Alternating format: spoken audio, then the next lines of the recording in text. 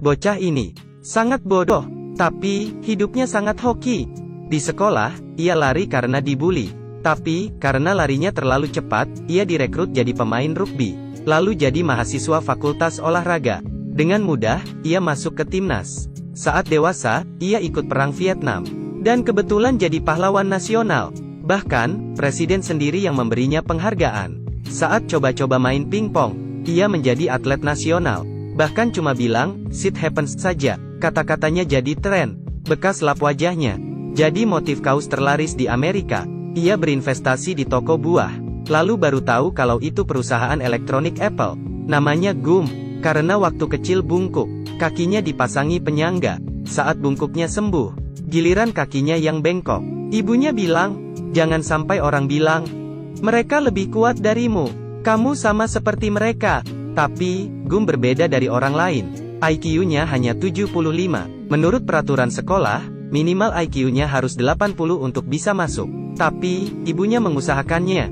Gum akhirnya sekolah di bus. Semua anak memusuhinya, dan tidak mau duduk dengannya. Hanya seorang gadis bernama Jenny yang menerimanya. Mereka menjadi sahabat. Sejak itu, mereka membaca bersama, melihat bintang, bahkan tidur bersama. Suatu hari, beberapa anak membuli Gum. Jenny menyuruhnya lari. Siapa sangka, Gum lari secepat kilat, sampai penyangga kakinya patah. Ia merasa lari seperti angin untuk pertama kalinya. Anak-anak yang memusuhinya sampai bengong. Setelah dewasa, di tempat yang sama, dan pembuli yang sama. Tapi, pembuli kini naik mobil. Jenny menyuruh Gum lari lagi. Gum lari ke lapangan rugby di sekolah. Pelatih rugby melihatnya karena larinya sangat cepat. Gum direkrut jadi mahasiswa olahraga, dan jadi atlet rugby kebanggaan sekolah. Lalu, ia jadi atlet timnas. Bahkan, ia bertemu Presiden Kennedy. Setelah main rugby selama 5 tahun, ia lulus dari universitas. Lalu, ia menjadi tentara. Ia mendaftar di BAS. Ia berkenalan dengan teman baru. Namanya Buba. Buba bilang nenek moyangnya adalah penangkap udang. Ia bermimpi ingin punya kapal penangkap udang sendiri. Di markas, pelatih bertanya, "Kenapa kamu di sini?" "Aku di sini untuk menuruti perintahmu." Pelatih sangat puas dengan jawabannya. "Kamu sangat jenius, IQ-mu pasti 160. Hidup tentara sangat prihatin." Tapi, Gum santai saja. Ia fokus pada perintah, dan tidak mau memikirkan yang lain. Saat disuruh merakit senapan dengan cepat, Gum melakukannya sangat cepat, sampai memecahkan rekor. Di tengah malam, ia kangen ibunya dan Jenny. Saat itu, Jenny sedang bernyanyi di bar. Gum pergi melihat Jenny saat libur. Ia melihat Jenny dikerjai seorang pria. Gum langsung meninjunya.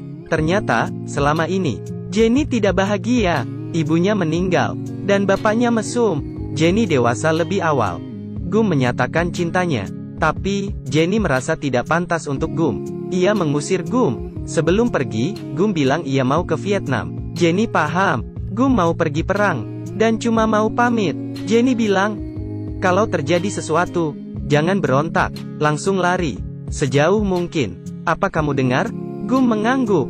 Aku tahu. Setelah liburan, Gum dan Buba dikirim ke perang Vietnam. Pria tampan ini adalah atasan mereka. Ia adalah prajurit hebat.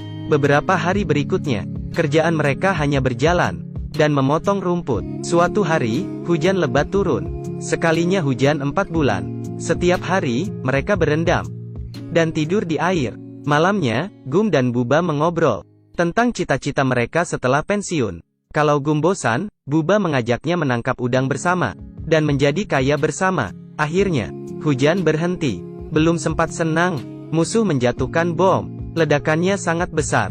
Mereka tidak sempat merespon. Teman-temannya menyuruh Gum lari.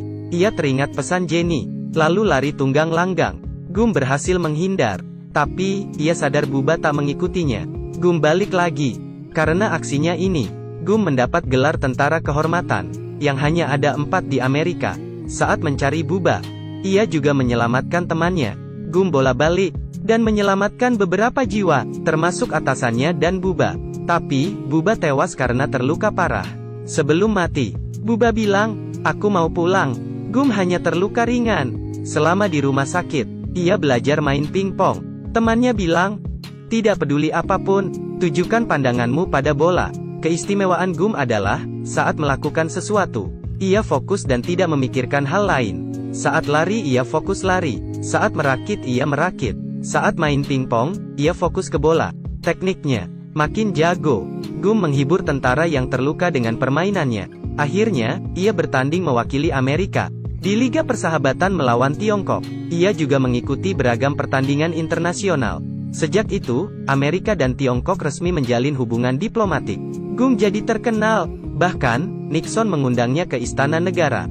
Gum diinapkan di Hotel Watergate. Malamnya, Gum melihat di kamar seberang.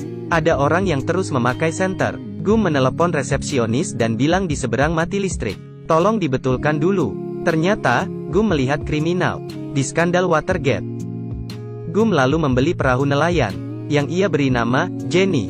Gum menulis surat pada atasannya, dan mengundangnya bergabung. Mereka menjadi nelayan, tapi, mereka hanya menangkap rongsokan, sampah, kaleng, dan sepatu bekas. Seekor udang pun tidak ada.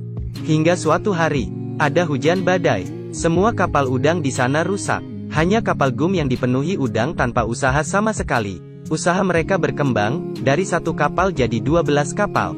Akhirnya, mereka buka perusahaan penangkap udang. Atasannya berterima kasih pada Gum, karena telah menyelamatkannya. Gum mempercayakan perusahaannya pada atasannya, dan pulang menemani ibunya yang sakit, hingga ia meninggal dunia. Atasannya membantunya menginvestasikan uangnya, yang Gum kira adalah perusahaan buah. Ternyata, mereka berinvestasi di Apple. Gum jadi kaya raya.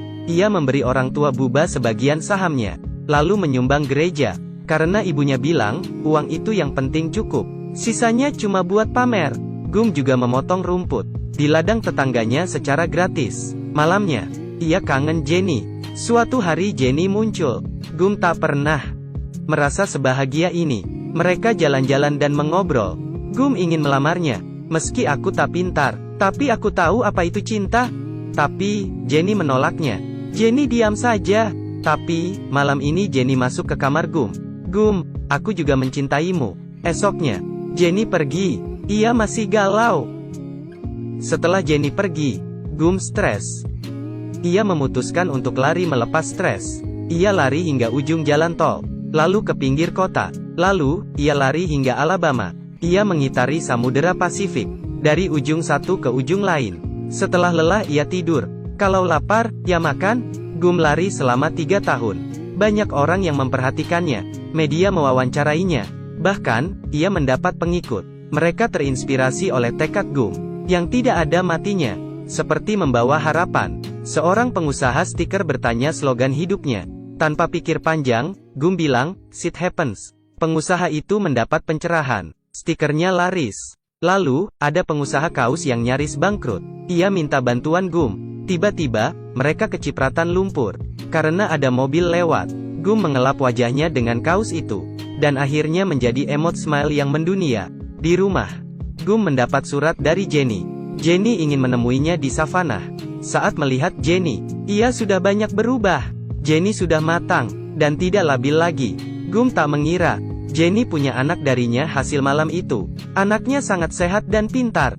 Gum membawanya pulang, dan akhirnya mereka menikah. Seperti Gum, pikirannya sederhana, hanya terus maju, fokus pada pekerjaan sekarang, dan mencintai sepenuh hati. Sisanya serahkan pada nasib. Percayalah, Tuhan tak akan mengkhianati orang yang berusaha.